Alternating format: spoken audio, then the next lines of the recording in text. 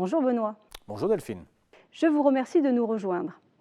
Avant d'évoquer les initiatives en cours destinées à renforcer le modèle moyen terme de Legrand, pouvez-vous nous rappeler quels objectifs le caractérisent? Le modèle de Legrand vise avant tout à accélérer notre croissance créatrice de valeur rentable, mais également responsable. Pour cela, 4 objectifs à moyen terme. Faire croître notre chiffre d'affaires, hors effet de change, en moyenne de plus 5 à plus 10% par an. Réaliser une marge opérationnelle ajustée en moyenne de 20%. Générer un cash flow libre dit normalisé, compris en moyenne entre 13 et 15% du chiffre d'affaires. Et déployer une démarche ESG et RSE exemplaire et ambitieuse.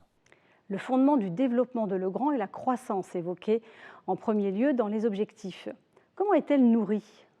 Legrand appartient à un secteur idéalement positionné à la jonction de tendances structurellement porteuses. Elles sont d'une part historiques, comme l'électrification ou les évolutions démographiques, et d'autre part plus récentes, comme l'urgence climatique, le télétravail ou encore l'assistance à l'autonomie. Le groupe travaille continuellement et activement à en bénéficier, en consacrant par exemple de l'ordre de 5% de ses ventes à la R&D et en renforçant l'efficacité de sa démarche commerciale, notamment par la digitalisation. Au-delà de ces initiatives pour la croissance organique, Legrand réalise en moyenne près de 5 acquisitions par an de sociétés de premier plan dites bolt-on, c'est-à-dire complémentaires de ses activités. Cette stratégie permet notamment de renforcer nos positions de leadership, qui représentent environ 2 tiers de nos ventes. Ces positions, aux côtés d'initiatives continues de performance opérationnelle, sont le socle de haut niveau de rentabilité et de génération de trésorerie qui caractérise Legrand. La stratégie de développement du groupe lui permet également de renforcer sa présence sur des secteurs d'avenir. Que peut-on en dire? Effectivement, les investissements internes et externes du groupe sont adéquatement fléchés vers le développement des segments dits à plus forte croissance, c'est-à-dire les offres connectées, l'efficacité énergétique ou encore les data centers, répondant ainsi à de nouveaux modes de vie et à des attentes fortes de nos clients. 2 exemples pour illustrer mon propos. Nous avons depuis 2018 déployé nos offres d'interface utilisateur connectées dans près de 70 pays. Et depuis 2010, un peu moins de 45% du chiffre d'affaires annuel combiné de nos acquisitions est réalisé dans ces segments en plus forte croissance.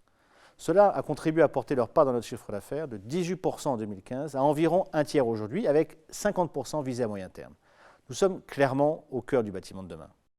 Cette stratégie est d'autant plus porteuse de valeur qu'elle s'accompagne d'engagements extra-financiers de long terme. Quelles en sont les lignes directrices? Effectivement, l'engagement responsable de Legrand est clairement structuré et ambitieux. À court terme, la feuille de route RSE 2022-2024 porte la démarche de Legrand autour de 4 piliers.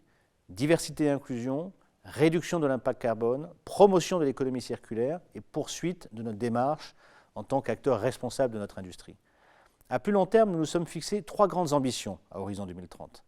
Premièrement, porter la part des postes clés occupés par des femmes à 1 tiers, contre 20% aujourd'hui, accompagné de la parité dans nos effectifs, contre 38% de femmes en 2021. Deuxièmement, réduire par rapport à 2019 de 50% nos émissions de CO2 directes, dites scope 1 et 2, et de moins 15% celles de scope 3 en amont et en aval de notre chaîne de valeur.